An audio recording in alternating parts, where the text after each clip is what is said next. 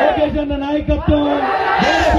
నాయకత్వం సూపర్. ఈసారి ఆగండి, మళ్ళీ అరిచేటప్పుడు నేను చెప్తాను. అప్పుడు ఏమండి, చంద్రబాబు నాయుడు గారు ఇది ఎస్ఎల్కి ఏం చేసింది లేదని చాలా మంది వైసీపీ వాళ్ళు చెప్తున్నారు.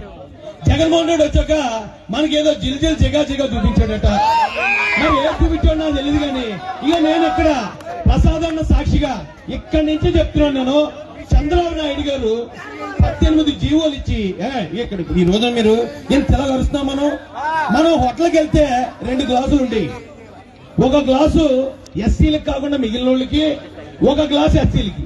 ఆ ఎస్సీలకి ఇచ్చిన గ్లాసు ఒక చైన్ తో కట్టేసి ఉండేది.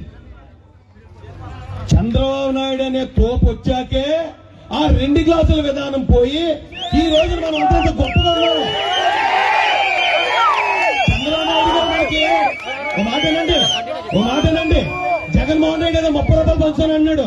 చంద్రబాబు నాయుడు మనం ఎక్కడైనా హోటల్కి వెళ్తే రే నీ గ్లాస్ అక్కడ ఉంది అని చెప్పే విధానం నుంచి ఈ రోజు మంచి తెల్ల షర్టు తెల్ల ప్యాంట్ వేసుకుని దర్జాగా వెళ్ళిపోయి కాలు మీద కాలు వేసుకుని టిఫిన్ చేస్తూ ఎక్కడైతే ఎవడన్నా ఇగో నీ గ్లాస్ అదంటే తొక్క తీసేసే స్థాయికి మనం వచ్చామంటే దానికి కారణం అంబేద్కర్ గారు మనకు రాజ్యాంగం రాశారు. కానీ ఆ రాజ్యాంగాన్ని తూచా తప్పకుండా పాటించి మనందరికీ మేలు చేసిన తెలుగుదేశం పార్టీ. ఎవరినన్నా సరే దమ్ముడు ఎందుకు అక్కడెక్కడ దాకా ఎందుకు జగన్ రెడ్డికి దమ్ముంటే రమ్మనండి. చంద్రబాబు నాయుడు గారు నాకు అంబేద్కర్ పేరుతో విదేశీ విచ్చిచ్చాడు. జగన్మోహన్ రెడ్డి వచ్చిన తర్వాత అంబేద్కర్ పేరు తీసి జగన్ రెడ్డి పేరు పెట్టుకుని నీకెంత దమ్ముంది జగన్ రెడ్డి? నువ్వు అంబేద్కర్ పేరు తీసి అంబేద్కర్ పేరు మార్చడం ఎంత తప్పు, ఎంత అన్యాయం అది. ఎవడండి జగన్ రెడ్డి? అంబేద్కర్ ఎవడండి? ఆ మాట గుర్తుపెట్టుకోండి. పౌరుషం ఉందంటే ఎవడన్నా మా అంబేద్కర్ జోలికి వస్తే చొక్క తీస్తామని మనం నిరూపించాలంటే ఈ 2024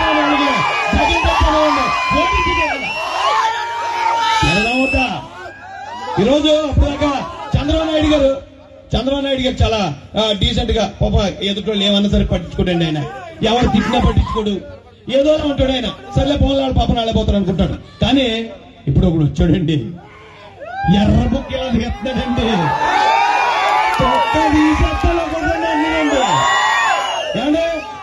రాజధానిని కొలాబ్ చేశారు. చాలా మంది అన్నారా లోకేష్ గారు వచ్చి మమ్మల్ని బెదిరించేస్తున్నారు, మమ్మల్ని చంపేద్దాం అంటారు, భయపడుతున్నారట. ఒరే రాజధానిని కొలాబ్ చేసిన నా కొడుకుల్ని కొట్టి తరమాపోతే ఏం చేస్తారా? ఎస్సీలకున్న 27 పథకాలు రద్దు చేసిన కొట్టి తరమాపోతే ఏం చేస్తామండి? మనుషులు చంపేస్తా ఉంటే ఇక్కడ రేపులు చెప్పారు. 2-3 రేపులకి కంగారు పడుతున్నారు. ఇక అంటే ఎవరు మా రోజక్క 2-3 రేపులు కంగారు పడుతున్నాయంటారా? మీరు గుర్తుపెట్టుకోండి, ఈ నియోజకవర్గానికి ఓ మంచి జోకర్ గారు వస్తున్నారు, బాగా నవ్వింతాడు.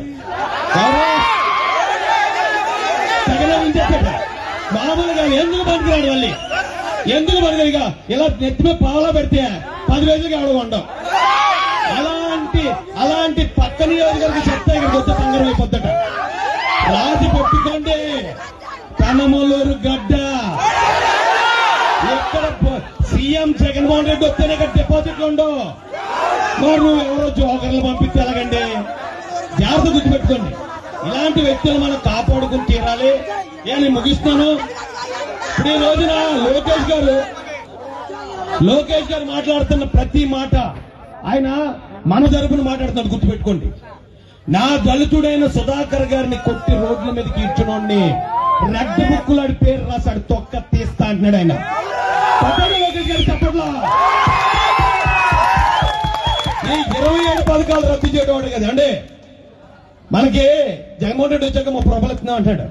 30 రూపాయలు అందరికి ఇస్తున్నాడు. చంద్రబాబు నాయుడు గారు ఉన్నప్పుడు అందరికీ రేషన్ బియ్యం ఇచ్చేవారు, మనకి రేషన్ బియ్యం ఇచ్చేవారు. కానీ మనకి ఇన్నోవా కార్లు ఎక్స్ట్రా ఉన్నా కదా. చెప్పండి చంద్రబాబు నాయుడు గారు చెప్పట్లా అంటే చంద్రబాబు నాయుడు గారు ఉన్నప్పుడు అందరికీ ఆరోగ్యశ్రీ మనకు కూడా ఆరోగ్యశ్రీ. కానీ మనకి ఎస్సీ కార్పొరేషన్ లోన్స్ ఎక్స్ట్రా. కొట్టండి చెప్పట్లో. చంద్రబాబు నాయుడు గారు మన ఆత్మ గౌరవాన్ని నిలబెట్టాడు. ఆయన మన పిల్లల్ని విదేశాలు పంపించి చదివించాడు, ఇక్కడ కార్పొరేట్ స్కూల్లో చదివించాడు. ప్రతి ఒక్కరిని గుర్తు పెట్టుకుని అన్ని కులాలని చూస్తాడు. కానీ వీళ్ళు కొంచెం బలహీనలు, ఎస్సీలు అంటే పాపం వాళ్ళకి పూర్వం నుంచి వచ్చిన ఆస్తులు లేవు కాబట్టి వీళ్ళకి ఏమైనా ఓ 10 రూపాయలు ఎక్స్ట్రా ఇస్తే ఏం పోయింది అని చంద్రబాబు నాయుడు గారు ఇస్తే ఇక్కడ జగన్మోహన్ రెడ్డి ఎస్సీలకు ఎక్స్ట్రా ఇవ్వడానికి వాళ్ళ బాబు సొమ్ము ఏమైనా తెచ్చిస్తున్నాడని మనకి ఎవడప్ప సొమ్మన్నా మనకి ఇస్తున్నాడా? చంద్రబాబు నాయుడు గారు 33,000 కోట్లు ఇచ్చారు కానీ జగన్మోహన్ రెడ్డి 30 రూపాయలు ఇస్తున్నాడు. ఏమన్నా మనం ఎవరి వెనకాల తిరుగుతున్నాం? ఇప్పటికి ఇంకా 100 అబద్ధాలు చెప్తారు. నేను ఇది ఇచ్చేసాను, అది ఇచ్చేసాను, అది చేశాను, ఇచ్చేసాను అంటే మరి జనంలో రానాకి నువ్వు ఎందుకు పరదాలు కట్టుకుని తిరుగుతున్నావు? నువ్వు నువ్వు ధైర్యంగా రావాలి కదా.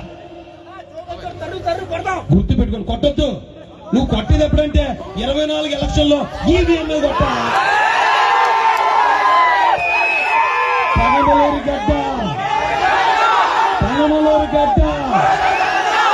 నాకు అనిపిస్తుందండి, లోకేష్ గారు తరుము కొడతానంటాడు కానీ ఈయన కట్అవుట్ చూస్తేనే తరుము కొట్టుకోలేదు. ఇందాక అక్కడ ట్రాఫిక్ జామ్ అయితే కారులో దిగేసి బుల్లెట్ ఎక్కి వెళ్ళిపోతున్నాడు.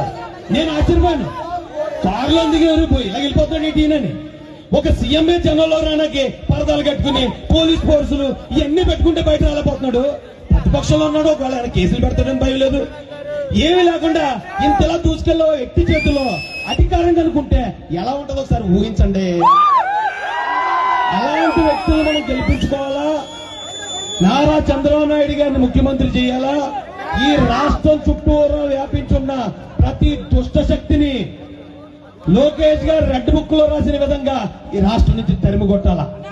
చంద్రబాబు నాయుడు గారి నాయకత్వం, లోకేష్ అనే నాయకత్వం, గోడే ప్రసాద్ అనే నాయకత్వం, పనమలూరు గడ్డ మర్చిపోవద్దు. మీ నియోజకవర్గానికి ఒక జోకర్ వస్తుంది, ఆ జోకర్ తోలు బొమ్మలాట ఆడుతుంది. ఆ జోకర్కి డిపాజిట్లు కూడా రాకుండా చేయాలని మీ అందరికీ తెలియజేస్తూ అవకాశం ఇచ్చిన పెద్దలందరికీ హృదయపూర్వక నమస్కారం తెలియజేస్తున్నాను. Thank you so much.